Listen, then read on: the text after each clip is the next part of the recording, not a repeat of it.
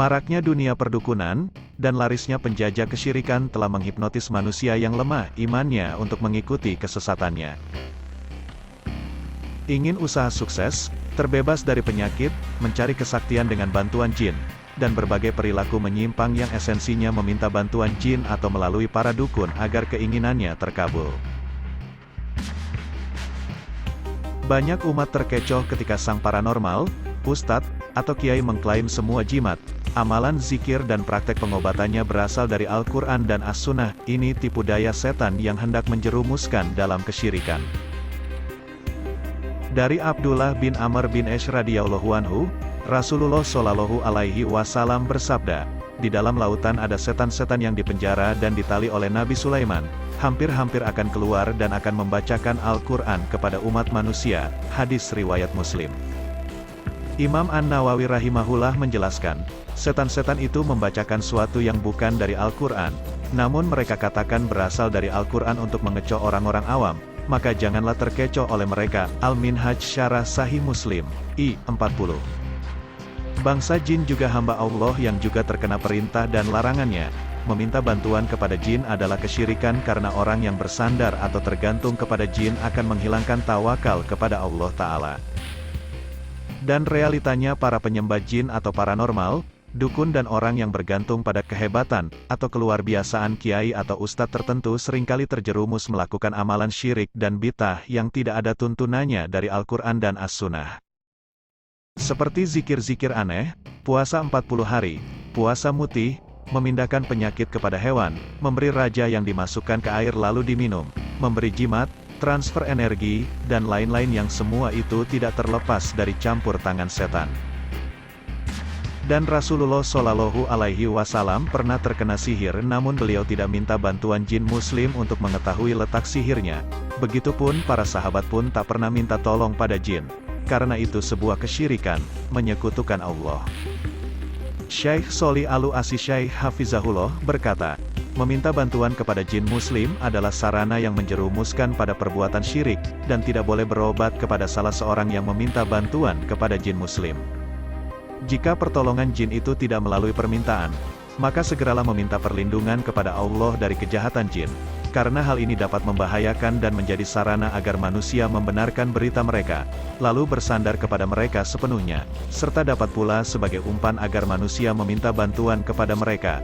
Kita berlindung kepada Allah dari makarnya yang menipu. At-Tamhid li Syarhi Kitab At-Tauhid hal 616. Syekh Abdul Aziz bin Baz rahimahullah ditanya tentang hukum meminta bantuan kepada jin muslim dalam rangka pengobatan.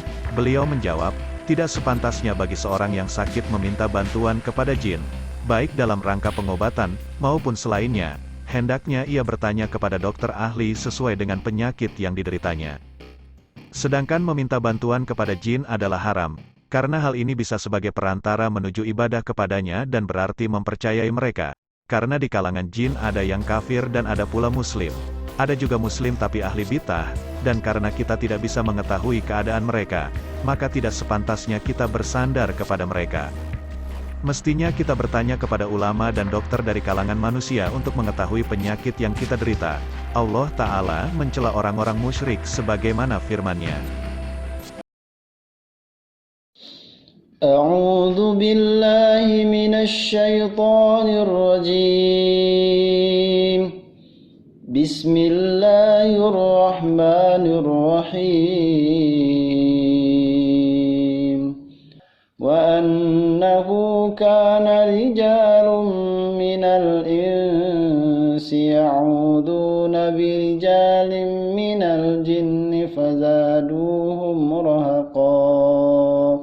Artinya, dan sesungguhnya ada beberapa orang laki-laki dari kalangan manusia yang meminta perlindungan kepada beberapa laki-laki dari jin, tetapi mereka, jin, menjadikan mereka, manusia, bertambah sesat. Quran Surah Al-Jin ayat 6. Seorang mukmin harus meyakini bahwa Allah lah yang maha mengetahui perkara gaib, dan dialah yang dimintai pertolongan dari setiap kesulitan. Ini pokok akidah yang harus diimani. Meminta bantuan jin, biasanya meminta timbal balik yang bertentangan dengan syariat. Hadam atau jin yang bekerja sama dengan paranormal dan dukun, saling berkolaborasi menyesatkan manusia. Allah Ta'ala berfirman,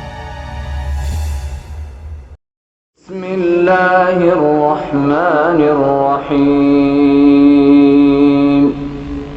Alam tara ilal ladzina yaz'umuna annahum amanu bima unzila ilayka wa ma unzila min qablika yuridun an yatahakamu ila at-taghut wa qad umiru an yakfuru bihi ويريد الشيطان أن يضلهم ضلالا بعيدا. Artinya, tidakkah engkau, Muhammad, memperhatikan orang-orang yang mengaku bahwa mereka telah beriman kepada apa yang diturunkan kepadamu dan kepada apa yang diturunkan sebelummu, tetapi mereka masih menginginkan ketetapan hukum kepada tagut, padahal mereka telah diperintahkan untuk mengingkari tagut itu, dan setan bermaksud menyesatkan mereka dengan kesesatan yang sejauh-jauhnya. Quran Surah An-Nisa, ayat 60.